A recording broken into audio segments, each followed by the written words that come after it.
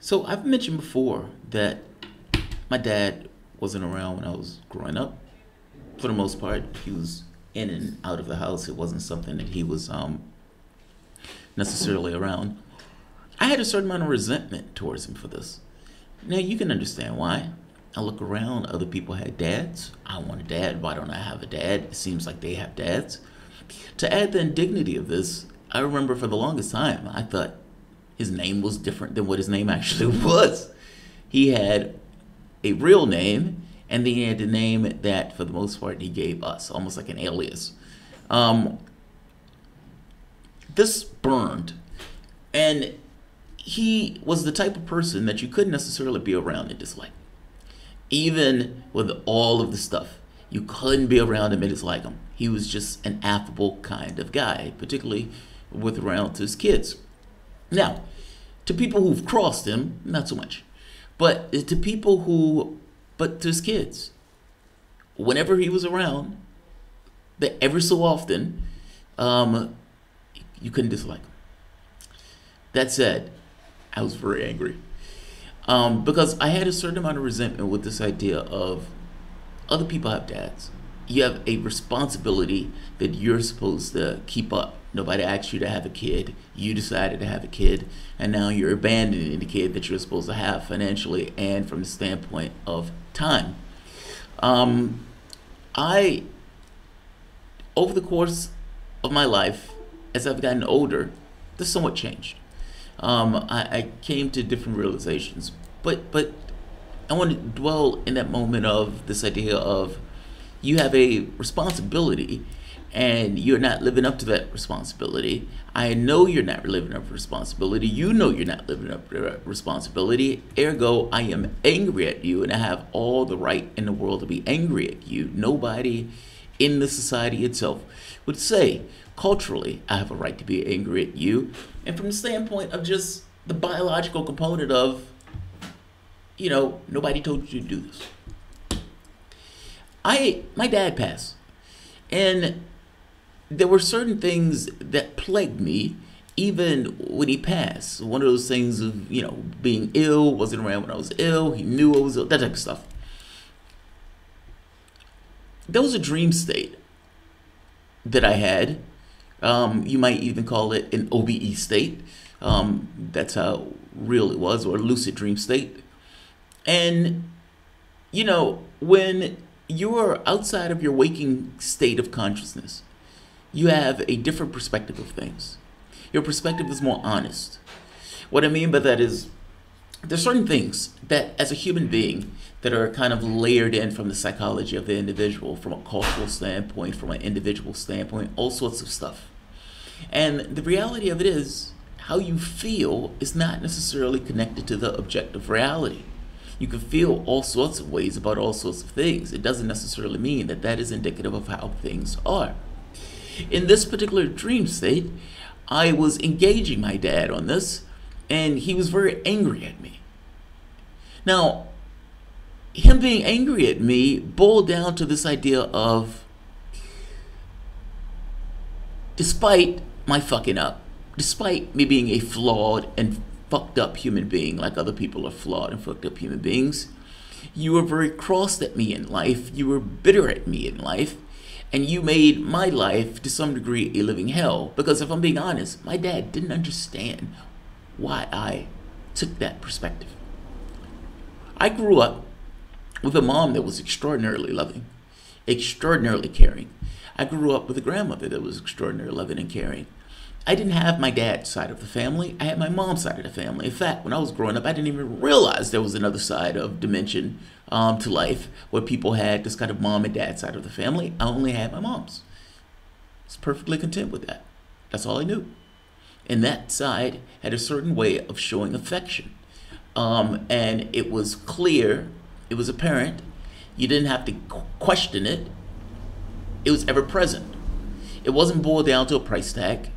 They cared. You understood they cared. They got it across in the way they acted, the way they behaved, the way they engaged with you. It was understood in the way that air is understood to lungs. It was understood in a way that humans understand breathing. It was ever present. He didn't grow up that way. And because he didn't grow up that way, he didn't have the tools necessary to extend that in the same way that that side of the family extended it. And so there was always a disconnect in the way that we interacted with one another.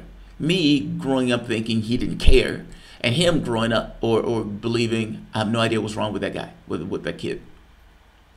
In this particular state, he was angry at me. Bitter, even.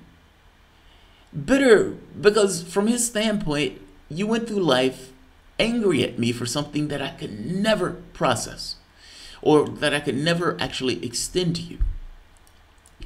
I, in this particular state, could feel what he was giving off. In these lucid states, it's different. It's not this thing where this person is a singular being and you're a singular being. There's a certain extension of emotion between the two, and I could understand what he was feeling and I could process what he was feeling. I woke up from this thinking, bullshit. Bullshit. You have no right to be angry at me. You can go fuck yourself on this. Because at this point, I'm back to my regular human waking state with all of the cultural stuff and phenomena associated with it. Here's the catch.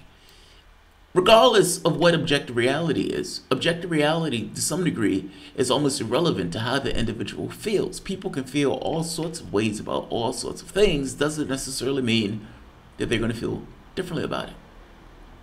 I make that to say that in the way that we go about our affairs in life, oftentimes we take a particular perspective that we act as if people are these singular beings that are these rational beings. They are not. In fact is, regardless of what you think of the other individual, you still have to deal with that individual because you have to live with that individual. I was trying to think of all sorts of ways to name this video without it being demonetized, but I don't think there's any way to go about it. A Jewish doctor engages with the gentleman that shot up the synagogue, Robert Bowers. The doctor's name is Jeff Cohen. Jeff Cohen was one of the people that actually saved his life. He's Jewish. Many of the doctors that saved Bowers' life was Jewish. And they went in and they did their jobs despite this person going in with intent of murdering and massacring as many of them as possible. I'm going to show you what he says. But my point here is what Robert Bowers did was monstrous. But Robert Bowers is not a monster, he's a human being. Trying to call him a monster tries to some degree get rid of the fact that this is a human being. And as a human being, there's reasons that he's acting that way. It's not just out of the blue, it's not out of a bubble. And it's easy to say that person's behavior is beyond the pale, I don't give a shit what he says, fuck him, etc. But the fact of the matter is there's something in the society itself that created that particular person, because that particular person wouldn't have existed if there wasn't something in the society to create that person. And going with the perspective of I don't care what he says because of what he did ignores that point. It completely ignores that point. Take a look at what Dr. Cohen said about this, because what he said is right. I was going to use the example initially of James Baldwin, but I realized that example doesn't necessarily apply. In James Baldwin's case, James Baldwin was getting across a real fundamental grievance in the society where somebody was being oppressed in the societal structure itself, and that perpetual, it didn't apply here. In this particular case, this person was out of touch with reality. But whether he was out of touch with reality or not, again, there is something that we need to grapple with in the society that is creating these odd, obtuse, off-the-wall people that have malice, unempathetic, and that are broken as human beings and utterly detached from reality itself. And because they experience pain, they want to inflict that pain on the society itself. And it comes out in these obtuse, horrendous, monstrous ways. Take a listen to what what Dr. Jeff Cohen had to say about this. Yesterday, I went up to meet him. Yesterday, I went up to meet him.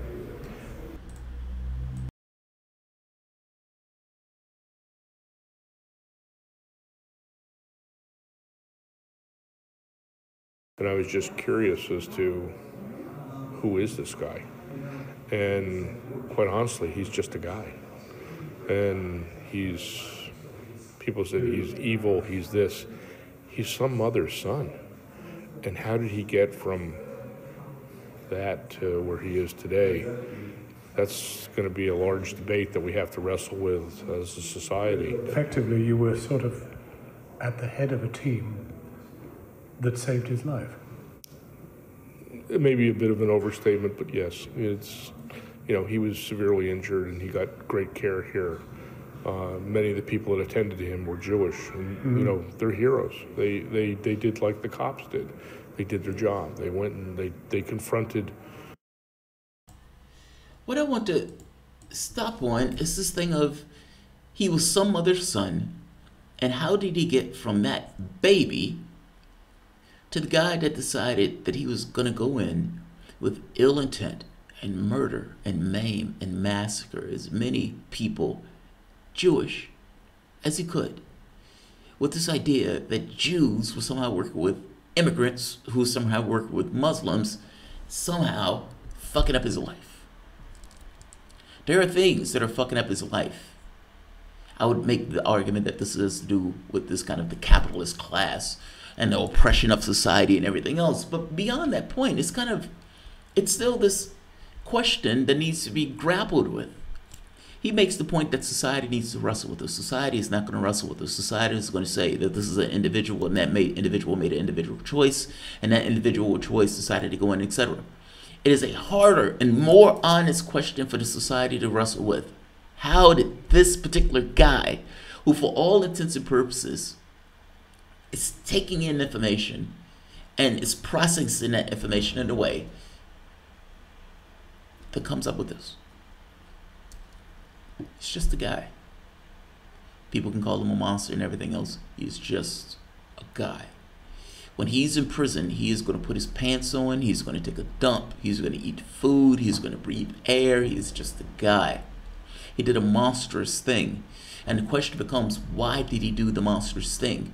And it is dishonest to just leave it up to the individual in this case, as if this individual is functioning in a vacuum. He's not functioning in a vacuum. He's functioning within the context of a society that has certain belief structures, certain belief systems, that has certain ideas that are propagating within the society itself. And for whatever reason, this robot sucks this up, and this is what came out. That needs to be attended to. We have mass shootings in this country nearly every day. Understand that. With people with opioid abuse, where they're essentially using hard drugs because they can't deal with the realities of life, the difficulties of life. Half of the country, the median wage in this country is $30,000. How do people live off $30,000 when they have kids? $400. Most of the people, the overwhelming majority, don't have $400. If a bill comes up, I'm making the point that people are living difficult lives in the richest country on the planet, living difficult lives that needs to be grappled with. The guy that was releasing the bombs and sending those bombs across the United States to the political figures, that guy just had his house foreclosed on. He was living in his mom's basement. I don't know if it was a basement. He was living with his mom. He called the electric company saying, if you turn my lights off, I'm going to blow you up. That's a person who's living in shit and piss conditions.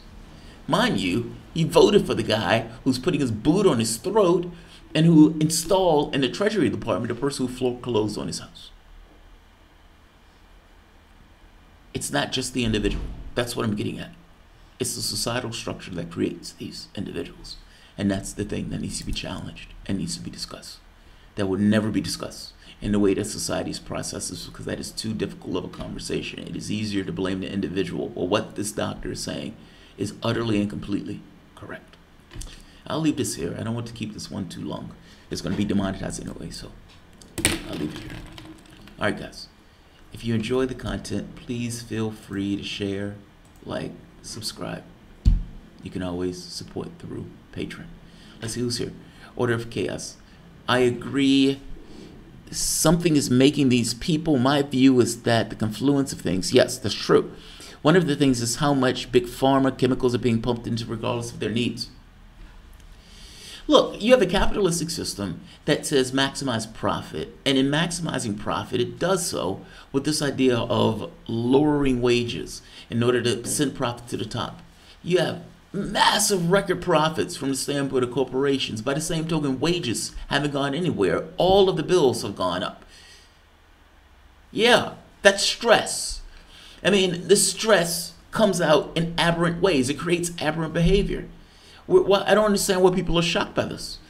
Let's see. Giselle Trail, no wonder so much slides by the populace in all countries. California has an entire area of homeless. You can ride through it.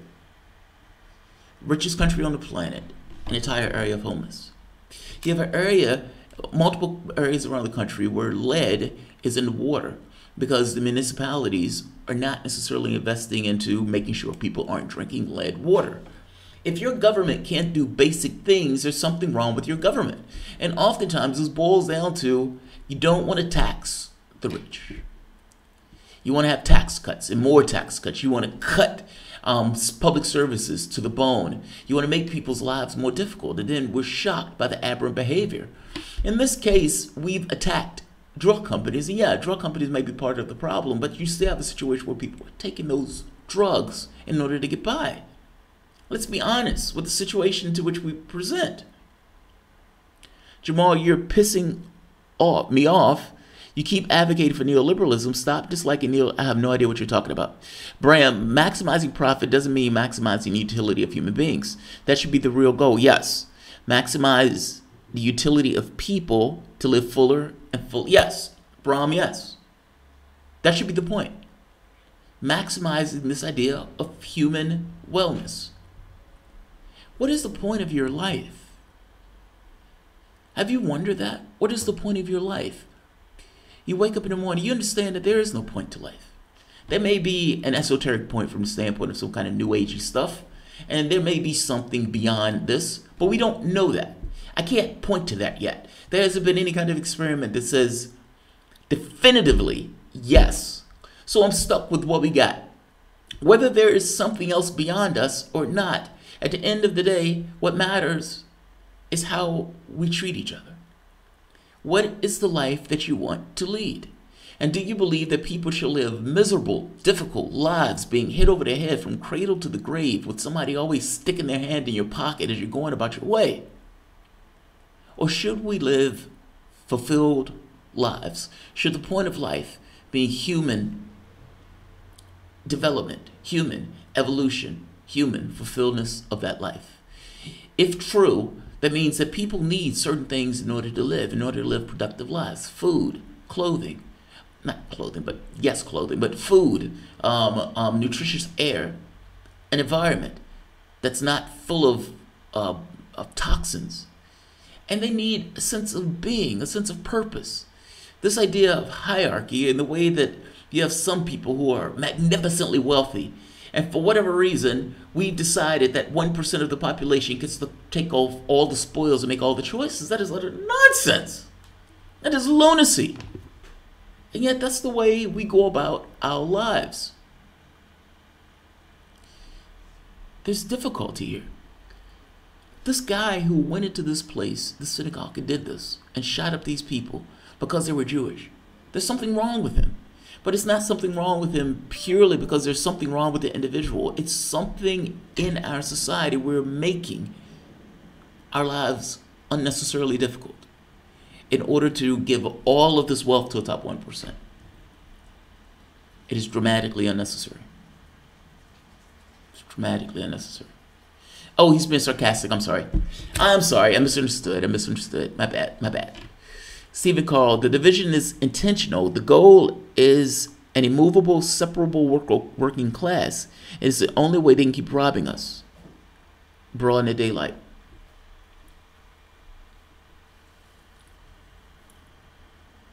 At one point, there was a belief that there was a need for kings and queens. Britain fought a war, Parliament fought a war against the king. The king lost. Now this was pretty amazing since the king is supposed to be appointed by God himself. And after Parliament lost that, after the king lost that war, Parliament still said, he's appointed by God. We need a king. The 1% is unnecessary. You can organize your society in a way where you don't necessarily have this 1% making the choices. I remember somebody told me, you can't trust government with that stuff. They're corrupt. But you believe that a small body of unaccountable men are? That's nonsense. That's nonsense. Whether you believe government is corrupt or not, it's the only edifice that you have any say-so, meaning for public discourse. And that has been cut to the bone with a bunch of corporate crooks and hacks who are essentially getting campaign donations and money of a particular class and functioning at the behest of that class. I'm saying that's lunacy. It needs to change. We are creating our monsters. The guy who goes into the synagogue, the guy who's sending off the bombs. These people are not doing this in a vacuum. They're doing this within a society, a culture that is making life more and more difficult. And in making that life more and more difficult, you have aberrant behavior. Insofar as you do not supply the human being with the things that they need, they will suffer. And understand society is only a conglomeration of human beings. It is no different than an illness. In the same way, if you had some kind of symptom of a disease, the disease may be somewhere else in the body, but the symptom may be expressed in a particular way. That person may sneeze, that person may cough, that person may have sweats, that person may hurt in the arm, that person's arm hurts when he's having a heart attack. Its arm is experiencing pain, but the issue is in the heart. And even going further, the issue being in the heart, the issue may be I died for the last 20 years. The issue may be the guy have smoked for the last 30 years, the drunk for the last 30 years. I'm saying that we are experiencing, as a society, aberrant behavior, all of us to some degree. We don't have to live this way. This guy did a monstrous thing. And as horrible as I think this guy is, as much ire as I want to heap on this guy and pretend as if this guy is purely an individual and that he's acting individually, that would be the more dishonest approach. We are a sick society. And I suggest, if we want to stop the mass shootings, if we want to stop the people opioid abuse and binging on these opioids, if we want to stop, as Chris Hedges points out, this idea of people having to sell themselves for a pittance while a corporate class reaps all the benefits and the profits. How do you live off of $30,000 a year? I was a software engineer and found myself barely making ends meet, and I wasn't baller status at all. I wasn't a baller status at all.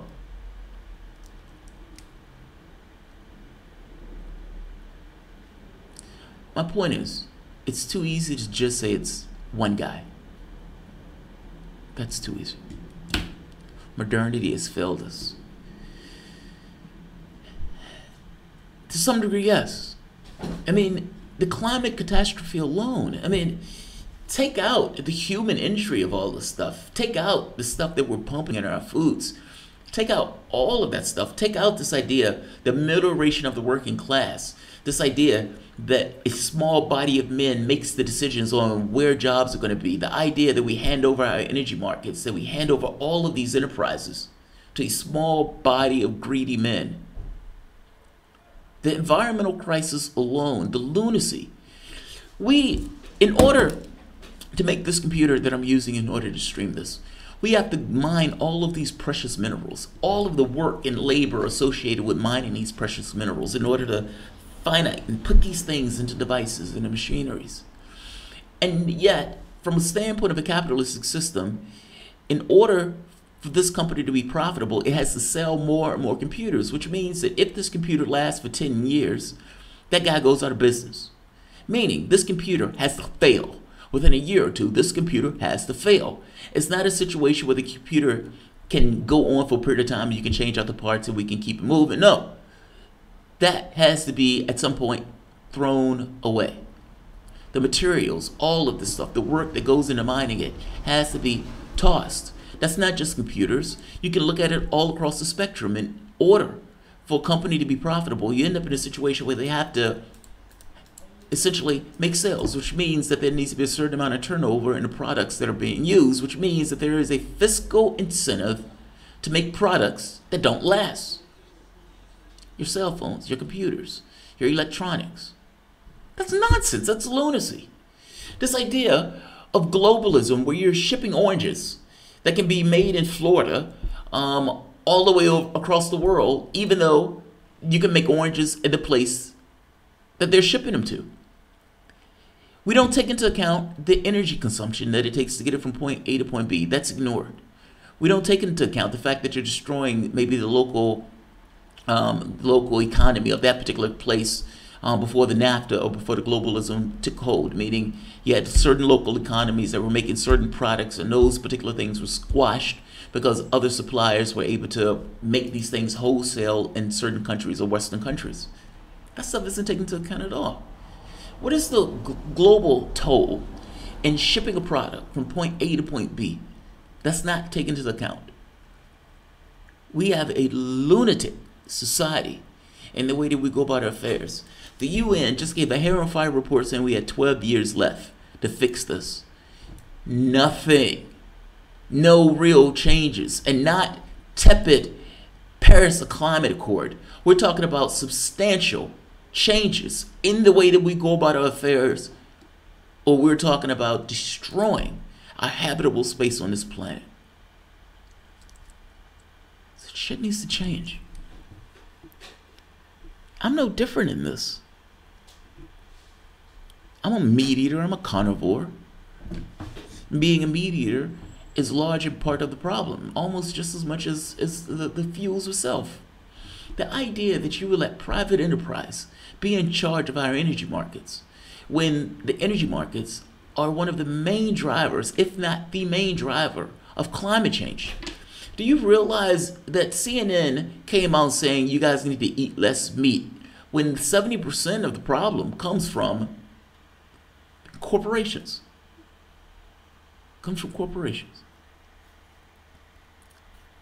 It's not a tepid change. It is a significant overhaul in the way that we go about our affairs. I am not believing that this overhaul takes place, especially when you have a political system that is captured by cash. It really will take this mass upheaval and mass movement in order to make this work. I have no idea how that happens. I have no idea how that happens. Just saying. This has gone too long. If we lose wireless chargers, energy consumption will double. Creative experiments.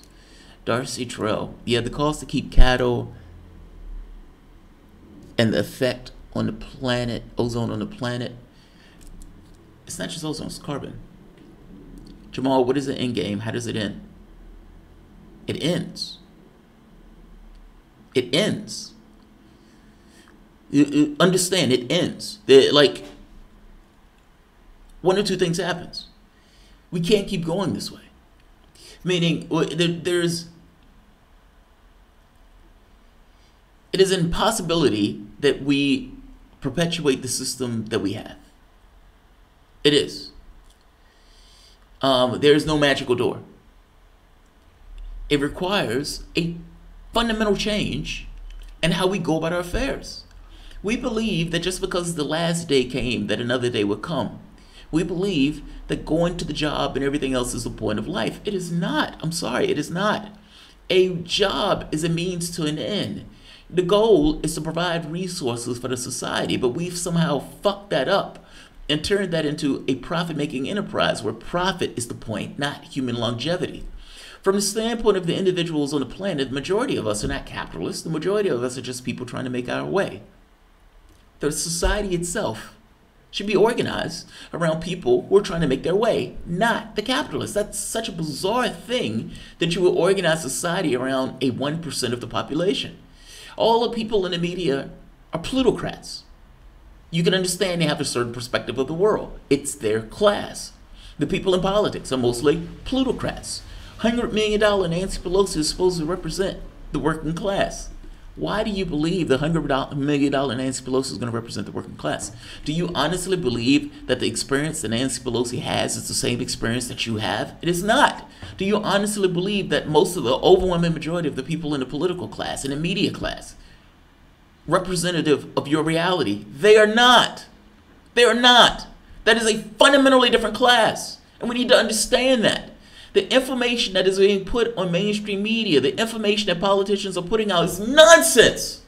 They've spent 2 years talking about Russia as if Russia is the culprit of all the crimes, of all the problems in this country. They are not. Fundamentally, they are not. Even from the standpoint of the election, there's a stronger argument to be made that Operation Crosscheck, where the Republican Party fundamentally cheated in order to get Hillary Clinton elected, or in order to get Donald Trump elected, by scrubbing people off the voter rolls. You would think that the media will make a big fucking deal about that. No, they scream at the top of their lungs about Russia, talking about discrediting the media. Talking about discrediting the media. But no, they want to talk about Donald Trump. They want to talk about Donald Trump. They want to talk about Russia. Russia, Russia, Russia. The Republican Party and the Democratic Party during the primaries effectively took actions in order to inhibit the votes of American citizens. But Russia. What I'm trying to present to you is that the problems of your society are fundamentally in your society. Democrats want to blame Russia. Trump want to blame immigrants. Everybody wants to point to somebody else as opposed to pointing to the people who are responsible for the problem. Us. Us. This begins and ends with us. We have taken certain horrendous actions around the globe, whether that's putting in dictators, whether that's our actions in the Middle East, like in Saudi Arabia, where we've supported that government as it struck down national movements in that area because we wanted to keep a certain hegemony around the globe.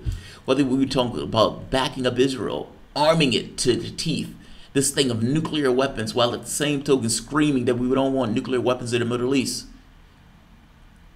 The United States has taken a position that it doesn't want any other rival like the Soviet Union. Ergo, it positions itself in a way that's antagonistic to the rest of the world. It wants to dominate the world. In doing so, it creates one military situation after the next. Look at what we did in South America. Look at what we did in Guatemala. Look at what we did in Brazil. Look at what we did when Nixon was in office. The bombings in Cambodia, putting in Pol Pot. We have done horrendous things around the globe. All the while screaming freedom and justice, freedom and democracy. I'll leave it on this as a telltale. Superman. You know, comic books are representative of our society. You know, Captain America punching Hitler in the face. You know, this idea of this iconic America who saved and armed the world and all this other stuff. Superman was this representative in this sense. He even wore the colors. Yeah, this red and blue. He was almost this iconic American character. This superpower in this sense. Emblematic of Superman. Injustice comic books right now has Superman going insane after Lois Lane was murdered by the Joker. And Superman takes it upon himself to pacify the world, in which case he rules the world with an iron fist. I guess what I'm saying is, it's showing Your slip is showing. This idea, the iconography is breaking away. The legitimacy is breaking away. Even the comic book character that's emblematic of America himself has gone utterly and entirely insane. That's an alternate universe, yes. Still, it's still Superman. There's no such thing as an alternate universe. All universes are created equal. From the standpoint of the comic book, yes, we have a different perspective of the universe and everything else, but any particular universe is relative perspective. The perspective is relative from where we are. You get my point. You get my point. The facade is turned, yes. The facade is turned. All right, I'll end this. This has gone magnificently too long, and I apologize. It's just, I engage with my audience because I like to engage with my audience, if I'm being honest. I enjoy watching and listening to the Guy McPherson audience. Revolution of the mind is hard. Yes, it is. I don't necessarily agree with Guy McPherson that the world is coming to an end in this way that he says so, but those reports that have been coming out have been hair on fire, and they are getting closer to Guy McPherson's predictions. Let's be honest. Any power without the balance of morality can be disastrous. I don't know if you can have power with I agree with Chomsky on this. Power needs to justify itself. It's not self-justifying. Just because an edifice was in place doesn't necessarily mean that it should perpetuate itself. This problem, part of the problem, I think, is the hierarchical structures. This disassociation between power and the people it's supposed to govern. And maybe the understanding needs to be that that doesn't work. Maybe the way that we organize ourselves from the standpoint of government doesn't work. This idea where you have a body of elites that floats above, as George Bush said, a governing class. Maybe you shouldn't have a governing class at all. Maybe we need to find something else. Something else that doesn't function in that particular way where there's a disassociation. Understand, the American public is not on board for another war. That's not going to stop Donald Trump from potentially pushing us forward in another war. We're not on board for this idea of him ending the missile treaty. We, all intents and purposes, would prefer closer association with Russia. Not so much. Like, he is positioning us in an antagonistic way. Mind you, Hillary Clinton wouldn't be any better. Full stop. Full stop. Not to mention, she might have started a war by now. Just saying, man. This, how we go about our way needs to change. Jimmy T. An art is the theater of war. One benefit is some Machiavellian thought to wage war and anticipate move. Its strategy, this mocking Moses plight. Live long and prosper. Indeed. Indeed. Lord of Chaos. Christians and lefties should both be opposed to war. Yes. War kills, thou shalt not. Yes, I keep saying that. I don't understand how the right gets this. Like, I don't get how the right gets to call themselves Christians. I have no clue how they get to call themselves Christians. This, like, these guys are pro. Lindsey Graham, if you listen to Lindsey Graham, he is terrifying. That nutcase shouldn't be anywhere near government. And yet, he'll be there. He got into an argument with Rand Paul. Lindsey Graham wants to be able to imprison people without a trial. That's what Lindsey Graham wants to do. Rand Paul was saying, you're a lunatic. And Rand Paul is utterly right. No war but class war. War is profit. War is profit. War is a racket. Read that book. Read that book. That book is a must read. Smedley Butler. Look, if we said that any war that takes place, it will be at zero profit. Meaning that if we're at war, the companies are not going to be able to make a profit. They have to give it at cost. Okay, fair enough. Fair enough. They would never do that. At this point, the arms trade is our trade. That is the American business. When Donald Trump is jumping across the globe and he's trying to get the European powers to spend more on their weaponry. Why do you think he's doing that? He's not doing that for your interests. Why do you believe that the money that's spent on the military is somehow benefiting you? It is not benefiting you. It's benefiting a small body of men. That small body of men may create a few jobs, but think of the amount of money that they're taking off the top for that. Think of the profits that they're making off that. Those profits are not cascading down. For all intents and purposes, you've ended up with an economy where your wages, in real terms, haven't gone anywhere. Profits through the roof. Through the roof. Donald Trump is doing this for his supporters and backers. Not you. Not the majority of America. Not the majority of misanthropes that decided to vote for him, or I should say misguided people who decided to vote for him. He is doing this for his 1%ers. This is about class. There may be different factions of that class, but this is about class.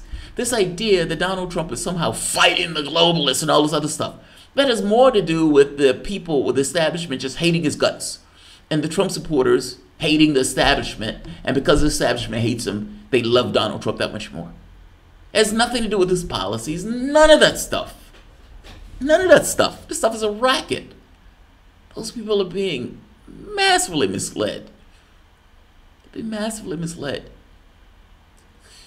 The counter to the caravan over the stock lines with immigrant soldiers volunteering to hold lines on the border that they crossed and became part of the United States Armed Forces for obtaining citizenship. If I'm not mistaken, Donald Trump was even talking about deporting some of them, right? If I'm not mistaken. Without war, we have peace. If we have peace, we cannot be manipulated into hate through fear. Hate and fear are powerful tools for controls. Fear, yes. But fear creates hate. Like, when I was in Israel, and you were talking to the people, like, you know, the pharmacists that assisted in helping me with the meds, the doctor that was nice enough to prescribe the meds.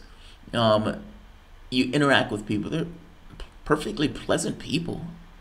By the same token, you get on a train or you get on a bus and you see somebody get on there with this large machine gun. Or as you're walking through, you might stop to get something to eat and somebody comes in with this large weapon. They're just kind of walking around. And the question becomes, what are they doing with those weapons? What are they using those weapons for? Well, we went to the memorial that was commemorating the Holocaust. And there's a part where my wife was looking at, and she said, and it says something like, we left en masse to Palestine, or to Israel. And my wife dawned on her. She says, well, wait a minute, who was there before? Like, if you decided to move there, who was already there? Which is the point. There was somebody there. It was a particular place that didn't belong to them. The British government had no right to give over somebody else's land, and that's exactly what they did. And now you have a colonizing force that's pacifying the population in the same way that the United States pacifies the Native Americans in America, creating governmental structures and laws to try to create some level of legitimacy of stealing and killing where none exists.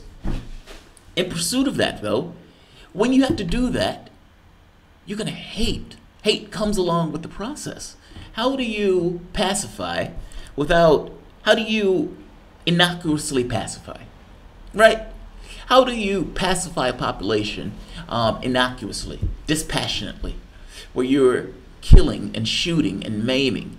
We see one report after another of violence, of just degrading behavior by Israeli soldiers towards the population.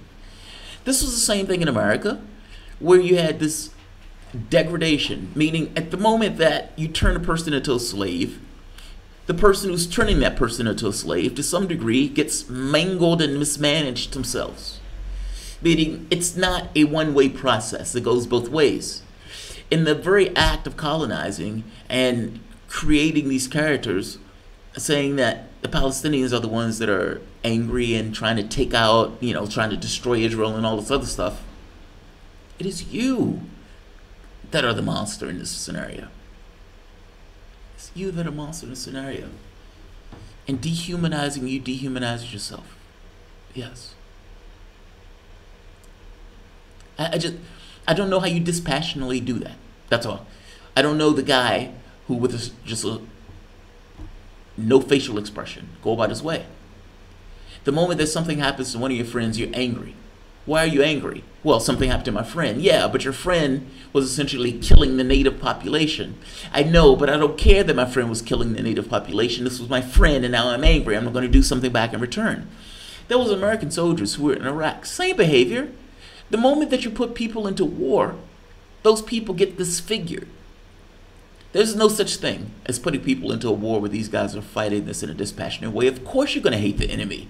There was reasons that the Germans or the Nazis were trying to create this image of the Jew as being this horrendous, horrendous figure. It's because they needed to create this level of hatred in order for them to go out and do their jobs. It's the same thing with the rhetoric in the West. This idea of the German, the Kraut, this evil German that's been murdering and massacring. Yes, some of it is true, but they're doing this propaganda in order to create this hatred so those people can go out. People are not necessarily just naturally inclined to be hateful. They have to be ginned up to be that way. But can they? Yes. At the moment that you put them in the shit, yes, they will respond in kind. They will respond in kind. Let's see. I saw something about a dialectic. You speak my language. Soviet winter present. The dialectic between the master and the slave that affects one affects the other. Yes. Yes. There's no way out of it. The very act of one creates something in the other. It's not a one-way process. Yeah. The master-slave dialectic. The moment that the slave does the job, the master becomes dependent upon the slave, meaning that master is entirely dependent on the slave, where simultaneously the slave to some degree is dependent on the master because of the process. That's the same thing with the worker, though. The thing that always used to get me is there is no capitalist class without the people doing the job. Full stop. If the people stop doing the job, the capitalist class ceases to exist. And the moment that those people who are doing the jobs say, we're done with the capitalist class, it's eliminated. It is not necessary to have a 1%. You can organize your society in a way that is done without having this small body of men at the very top reaping, the expropriating the wealth throughout society. Do you realize there are trillions of dollars that are hidden offshore? Trillions. You're talking about enough wealth to revolutionize our society. It's hidden offshore. It's hidden offshore. All right. This has gone for almost an hour. I'm going to end this because I did have other videos that I wanted to do today. All right, guys. If you enjoy the content, please feel free to share, like, subscribe. You can always support through Patreon. Thanks all.